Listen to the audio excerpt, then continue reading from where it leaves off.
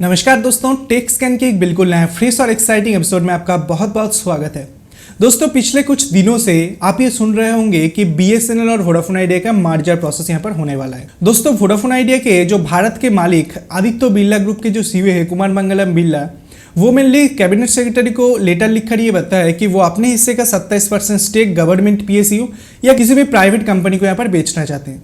तो एक ह्यूज संभावना है कि गवर्नमेंट वोडाफोन आइडिया के ये जो पर्टिकुलर 27% का स्टेक है वो यहाँ पर परचेस कर ले। लेकिन अगर वोडाफोन आइडिया और BSNL मर्ज हो जाते हैं तो क्या कुछ प्रॉब्लम्स यहाँ पर क्रिएट हो सकते हैं। मर्जर अगर हो जाते हैं तो आपको ये लग रहा होगा कि दोनों कंपनी का जो हाल है वो यहाँ पर सुधर जाएगा। BSNL को भी 4G सर्विस मिल जाएंगे, वोडाफोन आइडिया को भी एक सपोर्ट मिल जाएंगे ताकि कंपनी भी बच पाएंगे। लेकिन फाइनली क्या कुछ चैलेंजेस जो वो ये दो कंपनी को फेस करना होगा, आइए इस वीडियो के अंदर जान लेते हैं। और ये जो मर्जर प्रोसेस है ये इन फ्यूचर इतने भी ज़्यादा प्रॉफिटेबल दोनों कंपनी के लिए नहीं होने वाला है। तो चलिए शुरू करते हैं।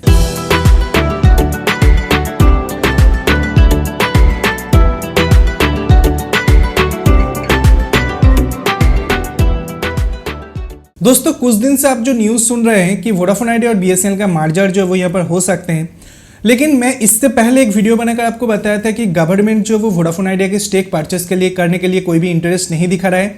उसी के साथ साथ गवर्नमेंट की तरफ से ये भी थोड़े बहुत न्यूज़ आ रहा है कि अगर गवर्नमेंट वोडाफोन आइडिया के स्टेक को परचेस भी कर लेते हैं, वो BSNL के साथ वो मर्ज नहीं करेंगे, क्योंकि BSNL के अंदर ऑलरेडी 70,000 करोड़ रुपये गवर्नमेंट ने इन्वेस्ट कर दिया एज ए रिवाइवल पैकेज।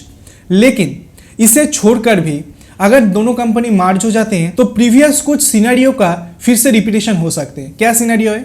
देखिए, 2018-19 साल टेलीकॉम सेक्टर के अंदर सबसे खराब साल मैं कहूँगा, क्योंकि इस 2 साल के अंदर बहुत सारे टेलीकॉम कंपनी बंद हो गए।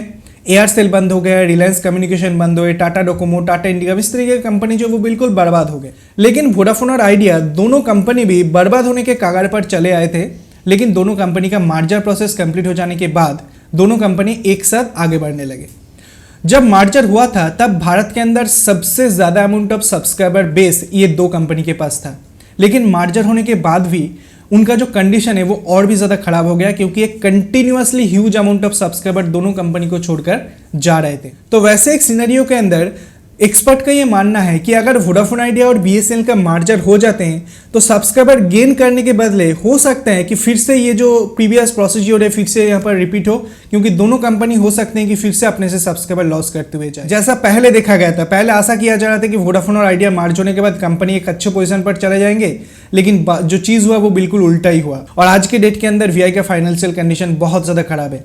और सिमिलर चीज़ हो सकते हैं BSNL और वोडाफोन आइडिया के साथ। अगर ये दो कंपनी मर्ज हो जाते हैं तो जितने भी सब्सक्राइबर अभी उनके पास है हो सकते हैं कि वो सब्सक्राइबर भी लॉस करते हुए चले जाए। हालांकि BSNL को अगर 4G सर्विस मिल जाते हैं तो एक ह्यूज प्रोबेबिलिटी है कि BSNL अपने से एक huge amount of subscriber add करेंगे।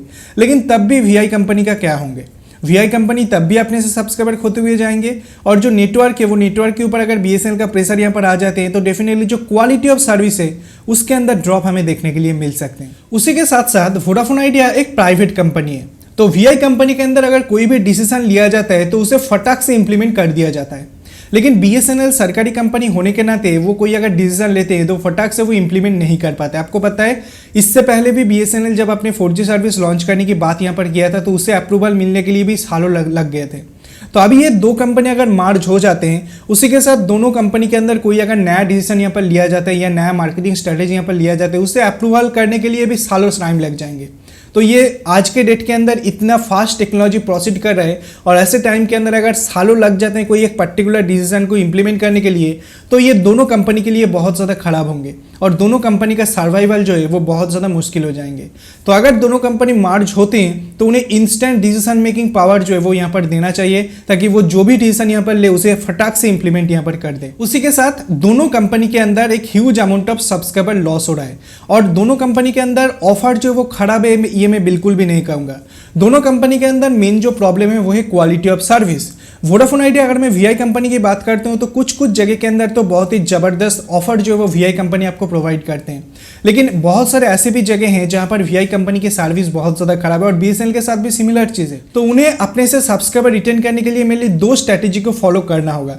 एक जो है अपने क्वालिटी ऑफ सर्विस के लिए बहुत ज़्यादा ध्यान यहाँ पर देना होगा, और सेकेंड जो चीज़ है कस्टमर्स के साथ एक बॉन्डिंग को क्रिएट करना होगा। अगर बॉन्डिंग क्रिएट नहीं होते तो आने वाले टाइम के अंदर दोनों कंपनी फिर से सब्सक्राइबर लॉस करते हुए जाएंगे। VI कंपनी के अंदर मेन जो चीज़ हुआ है कि लोग VI के ऊपर भरोसा नहीं कर पा रहे। एक रूमर्स आ रहा है कि VI कंपनी बंद हो जाएंगे और लोग उसके बाद डर जा रहे हैं। लेकिन अगर गवर्नमेंट के सपोर्ट VI के साथ आते हैं तो यहाँ पर VI को लोगों के मन में फिर से एक भरोसा जगाना होगा कि हाँ ये कंपनी अभी है, मार्केट के अंदर रहेंगे और कभी भी बंद नहीं होंगे। अगर इस तरीके का भरोसा यहाँ पर दे पाते हैं तो डेफिनेटली सब्सक्राइबर भी ऐड होंगे और VI के स्टेक्स के अंदर फिर से यहाँ पर इन्वेस्टमेंट स्टार्ट हो जाएंगे और कंपनी का फाइनेंशियल कंडीशन यहाँ पर बहुत ज़्यादा सुधर जाएंगे। उसी के साथ जो एग्जिस्टिंग 4G नेटवर्क VI के अंदर है वो BSNL के साथ मार्च अगर हो जाते हैं तो BSNL को 4G सर्विस तो मिल जाएंगे, लेकिन उन्हें 4G सर्विस को और भी ज़्यादा एक्सपांड करना होगा। जिस तरीके से मैंने कहा कि क्वालिटी ऑफ सर्विस, जितने ज़्यादा amount of subscribers telecom companies के साथ जुड़ेंगे उतने ज़्यादा नेटवर्क के ऊपर प्रेशर पड़ेंगे और उस प्रेशर को हैंडल करने के लिए उन्हें 4G इंफ्रास्ट्रक्चर को धीरे धीरे बढ़ाना पड़ेगा। ऐसा नहीं है कि उन्होंने 4G इंफ्रास्ट्रक्चर बना दिया बस उनका काम हो गया, अभी लोग सर्विस मिल रहे हैं, क्योंकि लोग जितने कंपनी के साथ जुड़ेंगे उतना ज़्यादा इंटरनेट का डिमांड यहाँ पर बढ़ेंगे और उतना ज़्यादा जो है वो 4G एक्सपांड यहाँ पर करना चाहिए दोनों कंपनी को। अगर ये दो कंपनी इस काम को कर पाते हैं तो डेफिनेटली दोनों कंपनी यहाँ पर बच पाएंगे, अदरवाइज पहले जो पोजीशन हुआ था वोडाफोन आइडिया का वही सिनेरियो यहाँ पर रिपीट हो सकते हैं।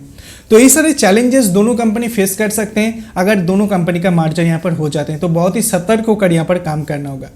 तो आपको ऑनेस्टली क्या लगते हैं, क्या दोनों कंपनी मार्च यहाँ पर होंगे? डेफिनेटली आप कमेंट सेक्शन में कमेंट करके जरूर बताइएगा। यही सारा अपडेट्स हमारे सामने निकल के आ रहा था जो मैंने सोचा कि आपके साथ शेयर करूं।